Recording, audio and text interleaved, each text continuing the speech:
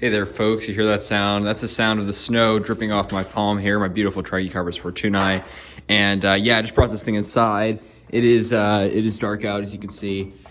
Still a lot of snow on the ground. Just did some shoveling, and man, it's backbreaking work. I will not miss this if I do move to a warmer climate at some point, because man, yeah, there's not much worse than shoveling all that snow. And thankfully, I don't have to worry about my palms here, because they're all doing well. And this trachy, by the way, can take, I mean, it could survive the next few weeks fine.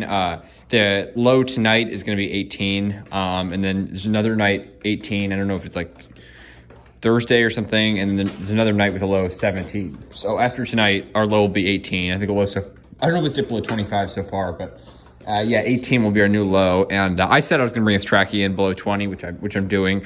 But I mean, 18, it could definitely survive 18 in this pot. It's a tough, thick trunk trachy.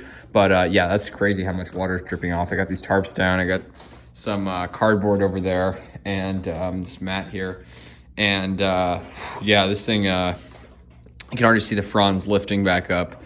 But it's amazing how quickly the snow's melting off, and I just hope the carpets are fine.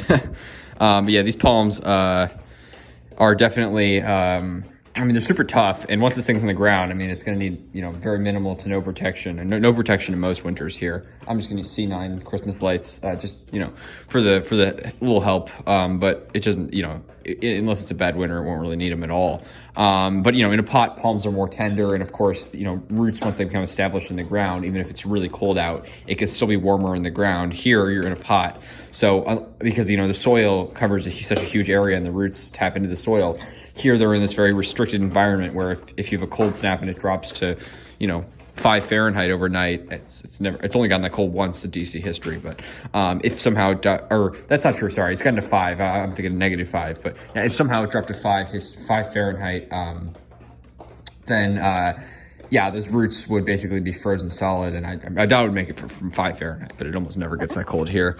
But my point is that the roots freeze much easier in a pot, and palms are much less hardy, not much, but considerably less hardy in a pot. So you definitely want to take that into consideration. And I was originally going to bring mine in below 15. I decided below 20 because why not play it safe? I'm going to probably have to bring it in at some point, anyways. Even if I said below 15, because it probably will get below 15 at some point. But maybe not actually. I don't know. Last winter it didn't get below 15. I don't even think we got below 20, but. Anyways, yeah, we'll have to see, and I'm probably gonna keep it inside for the next week. Like I said, we have another low of 18 after tonight, and then the low of 17 supposedly in the forecast. I mean, we'll see how it actually plays out. But tonight, yeah, looks like it's gonna get down to about 18.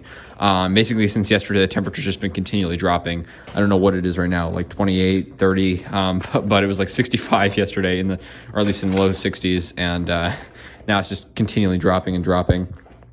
And to 18, and then should warm up tomorrow, the slightest bit, of course, because then it gets back down. So it looks like most of our highs are going to be in the 30s, some in the 40s, but it's going to be a cold week. And man, it was a very stark reminder going outside today of what those temperatures feel like. But it's really beautiful, the winter wonderland, and I can't wait to have this thing on the ground and actually see what it looks like.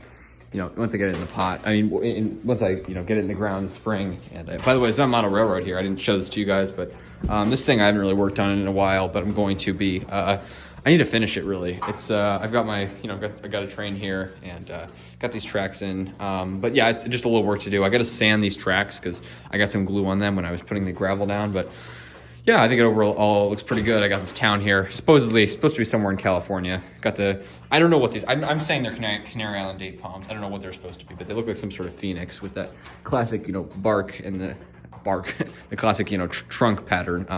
Not the bark, but yeah, they, supposedly somewhere in California. And yeah, this is, wow, a lot of water here, but yeah, we'll just see how everything goes, and keep you guys updated. Probably keep the track in for another week, and then see. We'll just go from there, because I'm basically just planning on, I mean, it's hard to move it inside. It's heavy, and gotta get the tarps down. So, yeah, I'm probably gonna, if we have lows consistently in the 20s or 30s, and none in the teens, I'll probably take it back outside. And it looks like we're probably not gonna have many lows in the teens, but we'll just have to see, folks. We'll keep you guys updated. And this palm's doing really well, and amazing how much water is dripping off, all the snow melting here. See all that snow there.